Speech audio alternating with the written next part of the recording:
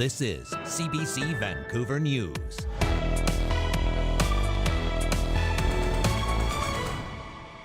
We are looking at options. In the wake of decriminalization, there are many of those locations where we have absolutely no authority. Tonight on CBC Vancouver News, the Premier hints at changes to BC's drug decriminalization project, and we're facing this kind of double-edged crisis. Charities and nonprofits across the province getting creative as the search for more help goes up along with the demand. Plus, a golden retriever has made legal history in BC, and it's making sure you know pets are more than just property. Good evening. Thanks for joining us. I'm Zahra Premji. BC's Premier is hinting at changes to the province's drug decriminalization pilot program, now more than a year old. There are concerns about public safety and enforcement.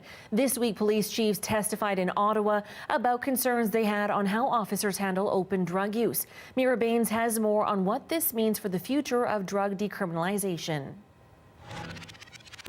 As we head towards a provincial election, BC's Premier says changes may be coming to the 3-year drug decriminalization pilot project. We are looking at options. The pilot, under a Health Canada exemption, allows adults to possess a small amount of illicit drugs for personal use. But criticism has been growing over open drug use in public spaces. Simply because we have compassion and concern about those struggling with addiction does not mean that we need to give up our public spaces. Does not mean that we need to have parks or playgrounds that are less safe. And I share those concerns. EB's comments come after police forces testified to the House of Commons Health Committee, sharing concerns from frontline officers. In the wake of decriminalization, there are many of those locations where we have absolutely no authority to address that problematic drug use because the person appears to be in possession of less than 2.5 grams. The BC government brought in the Public Consumption Act to prevent drug use at bus stops and public entrances, but that was blocked by the courts after a legal challenge. The Federal Minister of Mental Health and Addictions will be meeting with her BC counterpart next week. The province could end the pilot or ask Ottawa to change it. Some advocates for harm reduction are deeply concerned. Let's get to the table and make this work, because I want to tell you this. The other way is going to drive people into isolation. And so if it's, to alleviate some public consumption in specific areas, then hey, I'm all for that.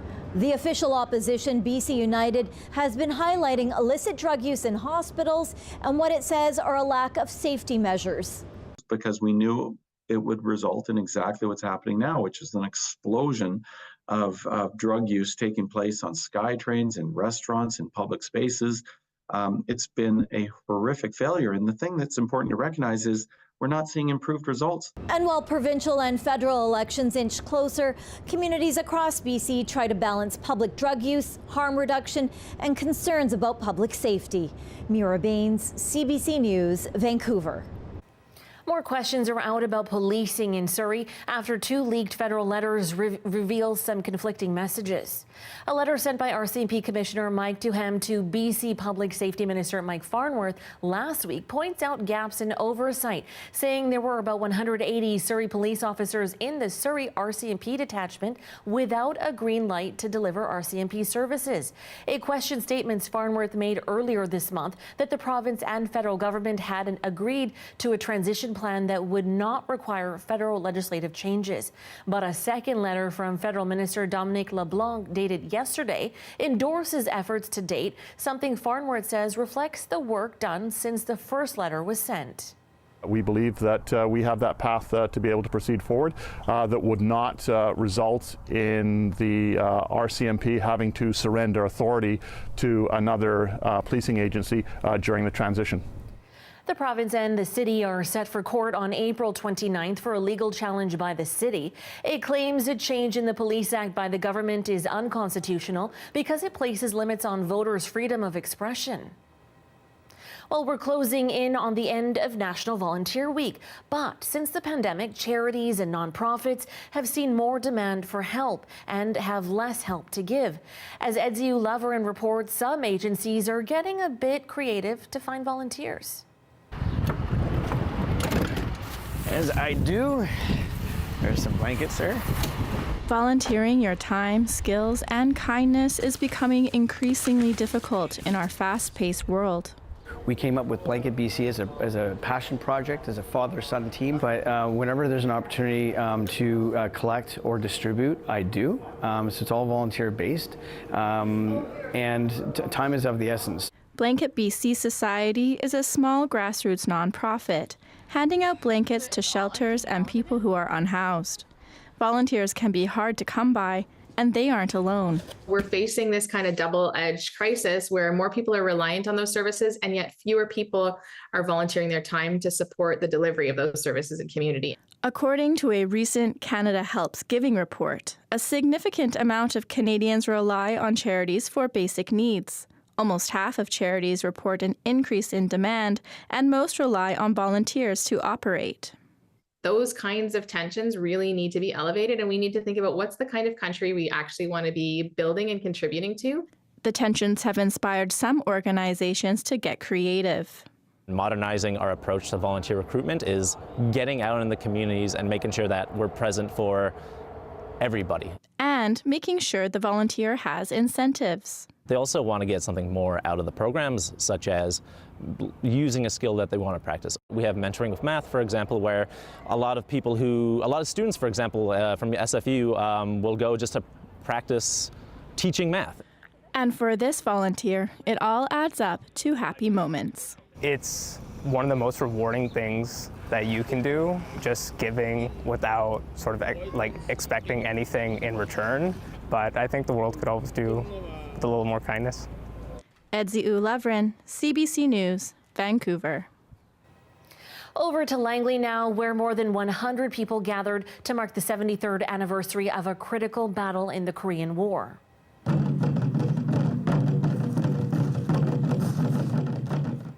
The ceremony honored the Battle of Kapyong, a significant fight to defend Seoul where Canadian troops played a large role. The president of the Korean Veterans Association says the average age of the war's veteran is 93. They estimate about 250 live here in BC. Now to a story about a golden retriever named Stella and how she's helped make legal history in BC. All this after a woman and her ex-boyfriend were ordered to share custody of the dog. As Tanya Fletcher explains, the ruling follows a new law that says pets are more than property, they're family. Zahra Premji is overjoyed to be reunited with her dog Stella after spending the last 10 months in legal limbo. It was a long process. It was very lengthy, very costly. She and her partner got Stella as a puppy in 2020. Last year, they split up. Premji says her ex kept Stella because only his name was on the dog's certificate. Well, I couldn't bear the pain of not having her. She was a huge part of my life. We spent 24/7 together. She was so devastated she wound up getting another dog, Lola, as the legal process unfolded. Their case ultimately became the first of its kind to go before the BC Supreme Court. Premji hired lawyers, paid $60,000 in legal fees, and eventually the judge ordered joint custody. I'm very, very thankful for the new law because, you know, these days dogs are just like kids to everyone else. They are my kids, and I will fight tooth and nail for them. The landmark decision comes 3 months after BC updated its Family Law Act, now recognizing pets not as property, but as members of the family. Before, it was simply whoever owned the pet got to keep the pet. Now the courts will consider 8 relational factors under the new legislation. We're seeing how the pet fits into the family setting. Is there a bond with the child? Who really cared for the pet? Who picked up the poop? I mean, it's not as simplistic as, say, the ownership of a bicycle. Victoria Schroff is a lawyer who specializes in animal rights and was consulted by the province in making these changes. She says BC is the first to pass such legislation, and other provinces have since approached her to help bring in similar laws. I'm really excited with the prospect of BC having set up a big precedent in legislation for other provinces to follow potentially. Yes. As for Premji, it was all worth it. It was all worth it. Honestly, I would do it all over again for her. Tanya Fletcher, CBC News, Surrey, BC. Moving to Prince George, where it's been quite a sight at the city's Walmart. It's closed after a car smashed into it. Mounties say it happened around 2:30 in the morning and left a gaping hole in the concrete wall. The store is closed until further notice as they check the damage. Police say there were no passengers in the car. The driver was taken to hospital with no serious injuries. The Ahatsat First Nation has confirmed that attempts to rescue a stranded orca calf are now on hold. But she has finally accepted food and ate some seal offered by a boat last night. A large fishing vessel with a built-in crane device had recently been sent to Zabelos to lift the orca out. The female calf has been stranded alone for nearly a month since its pregnant mother died after getting trapped on a beach during low tide. A team of more than 50 people tried to rescue the calf last Friday, but were unsuccessful. As BC's affordable housing crisis continues, many are looking for creative solutions, and some are finding that in Habitat Humanity Victoria. The agency is pitching 14 new townhomes in Saanich, financed with affordable mortgages. The plan is currently awaiting approval from the district of Saanich.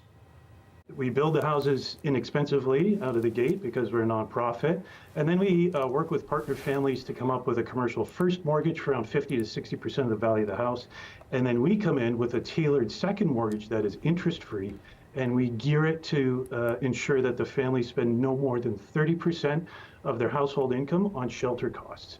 So that's how we work with the program, and it's been very successful for us in the past, and we're looking forward to doing it on this project as well. Well, in other news, as the old proverb says, cats have 9 lives. A ginger tabby originally from Ontario has used up at least a few. When his owners moved to PEI recently, he managed to escape along the way, some 1,500 kilometers away from their new home, and couldn't be found until 2 weeks later. Take a look. We really missed him when we didn't have him for 2 weeks. And how he has sustained himself in the last 2 weeks is another mystery. We have no idea, but it's an absolute miracle that he's here. We were on our way from just outside London to come to PEI to move here permanently. And on the way, we stopped about 3.5 hours in at Port Hope Service Center, the en route. We went to let the dogs out, and he got out at the same time. By the time he jumped down and underneath the vehicle, I had to settle the dog down, and then we went and looked underneath. He was gone, disappeared. We spent quite a bit of time looking for him. We were both very upset, and we talked to many people, and nobody knew anything about him. So we went in and left a message with the gas station attendant, and she said she'd look for him after work. So she did that for a few days. We just didn't think we would see him again. As soon as we landed on the island, I went to Township in Summerside to the dealership, and a gentleman there was very good and kind, and he looked under the hood. He looked under the vehicle in 3 different places, but there was no sign of him. So we thought we'd lost him. 2 weeks later, he was sitting on the steps out in the backyard, and Riley appeared. I said to him, "Are you Riley?" And he just looked at me, and then all of a sudden he went, "Meow." So I said, "Well, come here, come here." And at first he just watched, and then he started slowly, and then he ran. And he just ran into my arms. It was such a shock. So I looked at him, and he's got a little orange half mustache on the right-hand side. So that's how we knew for sure it was him.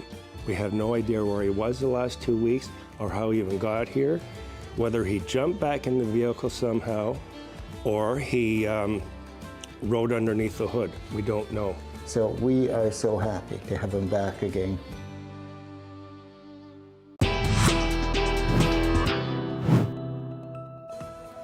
Almost 1 billion people are registered to vote in India's general election, and that comes with an array of logistical challenges. More on that after the break. Stick with us.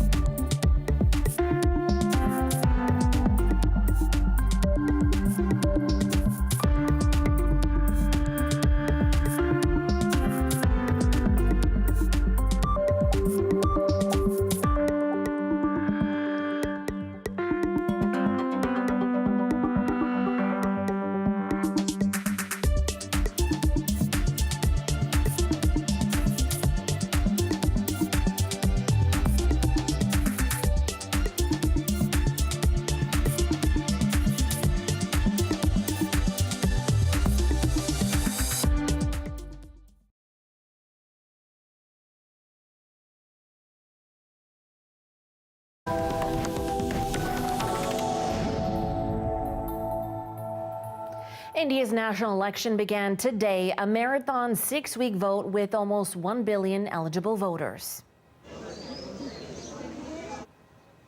Today's balloting was the first phase and the largest. Prime Minister Narendra Modi is seeking a third term, and his Hindu Nationalist Party is expected to win. He currently presides over robust economic growth, but critics accuse his government of discriminating against the Muslim minority and targeting opponents with criminal prosecution. There are also economic grievances, with farmers demanding higher prices for crops and urban youth unemployment at 16%.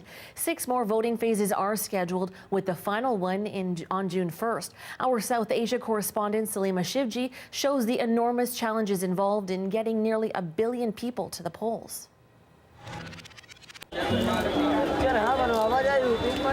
A weekday evening at a busy market in India's capital. And while the focus here is on finding good deals on shirts and shoes, not on casting a ballot, it still gives you a sense of just how many people live here and what it takes to pull off the complicated logistics of the world's biggest election.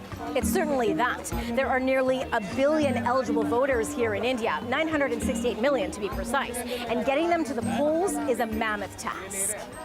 Indian election is not only the biggest election in the world, it is the biggest management event of any kind in the world. The logistics are mind-boggling.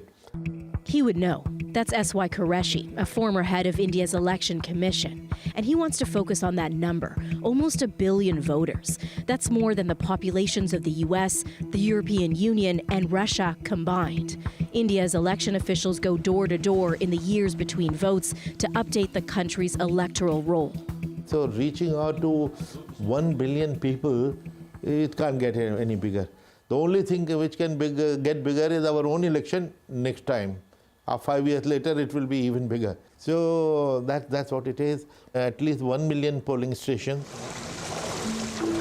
And 15 million polling agents, many of whom go to extreme lengths to reach every Indian voter, taking boats, choppers, even horses, trekking through mountains deep in the Himalayas and through lion-infested jungles. Sometimes a team travels 70 kilometers to set up a booth for just one person. Meet the Indian man who gets his very own voting booth. A priest and a dedicated voter with a polling station all to himself for years, because India's election commission guarantees you can vote within 2 kilometers of your home. Unfortunately, this guy died last year. So we are one polling station less now. But the idea is to show that how every vote, every single vote matters. Security also matters, and that's why India's election happens in phases. 7 days of voting spread out over more than 6 weeks in 543 ridings crisscrossing the entire country. That's so tens of thousands of federal paramilitary troops who are freed up to keep the election safe can travel across a country so big in order to make sure no violence breaks out. As for the politics of it all, there's deep support in many quarters for Narendra Modi, Prime Minister for the last decade, gunning for a third straight term. His power well entrenched and his popularity unparalleled. I trust Modi, I vote Modi. We need Modi because to change our India, like to develop our India, Modi is needed. Why do you compare him to a god? Same qualities he is having. He is selfless. He works only for the people. But there's also concern about an increasingly less democratic India, and that this election is one-sided, especially when it comes to money. Political donations, mostly from large corporations, were unlimited and anonymous ever since Modi's party, the BJP, set up a new system in 2017. But India's Supreme Court recently struck down that arrangement, calling it unconstitutional. Turns out Modi's party received billions of dollars of untraceable money from the scheme, says longtime political scientist Rajiv Bhargava. There is no level playing field at the moment, and the BJP is actually getting about 10 times more than the next, political party. But there is another worry that has crept in, which is the undermining of institutions.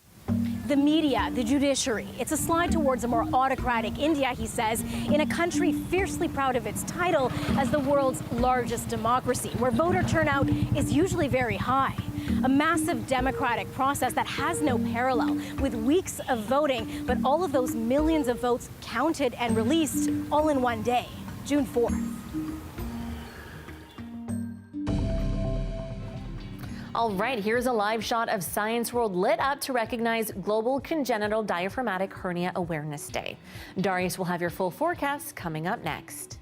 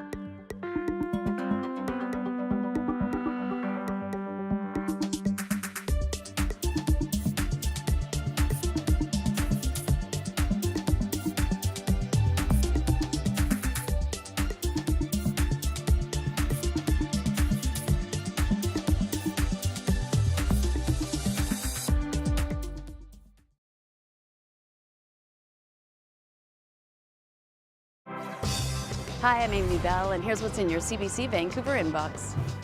On May 9th, join CBC Vancouver's Dan Burrett at the Surrey Board of Trade's Top 25 Under 25 Awards, celebrating the incredible initiatives of Surrey's youth. And CBC Vancouver is the exclusive media partner of the DOXA Documentary Film Festival, May 2nd to 12th. Enjoy thoughtful and engaging documentaries, special presentations, and industry events. For festival information, visit doxafestival.ca. The weather update is brought to you by Direct Buy Furnace. To cool and clean the air in your home, call Direct Buy Furnace. Installing Trane, the most reliable heating and cooling brand.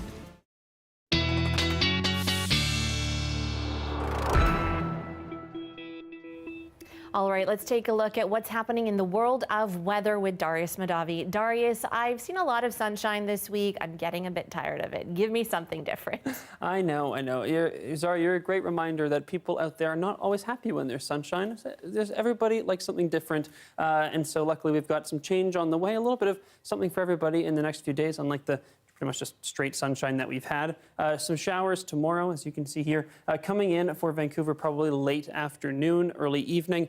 For the west coast of the island, arriving a little bit earlier, probably late morning, and then really spreading from west to east. We're going to see some cloud move in a little bit earlier, but we should still have a sunny morning tomorrow, and that cloud, as you can see, will clear up for Sunday. If you're doing any outdoor activities on Sunday, the rain will probably be over by the time you're out and about. Probably the last showers, if they do happen, will pop up at around 9 a.m., maybe a light sprinkle after that, but generally speaking, fairly dry after and clearing up as well. Not much cloud either. Now, if we take a look at the temperatures, we're going to see on the coast continuing to see fairly consistent temperatures even tomorrow. They're not coming down quite as much as expected. Sunday, a little bit of change. We see them come down a little bit more, but overall, temperatures are staying fairly consistent over the next few days. A little bit hovering right around seasonal, maybe a couple degrees above for many places. And when we see those showers break into the interior, not going to see much change in terms of temperature either. Although you should be aware there will be some fairly strong winds for parts of Vancouver and Vancouver Island starting tomorrow, especially late in the day. So be aware of that. We have fairly calm conditions once again tomorrow. Sun, and even we're in the northern half of the province. A little bit of rain for the coast, not breaking into the interior until overnight Saturday into Sunday. Probably won't see it during the day then either. If we take a look at what we're going to see in Vancouver, you can see those showers. You can see not too much snow coming for the mountains because freezing levels will be fairly high. But in terms of a 5-day forecast, something for everybody. As promised, Zahra, some showers through the weekend, but mostly in those overnight periods, and then sun on Monday before some more rain next week. I feel like you gave me a weekend gift. Thank you, Darius. Thank you. That is your late news for tonight. Thanks for spending your Friday night with our whole team in front of and behind the cameras. Now, if your head has already hit the pillow, do that one eye open scroll through our website, cbc.ca/BC. Have a good night.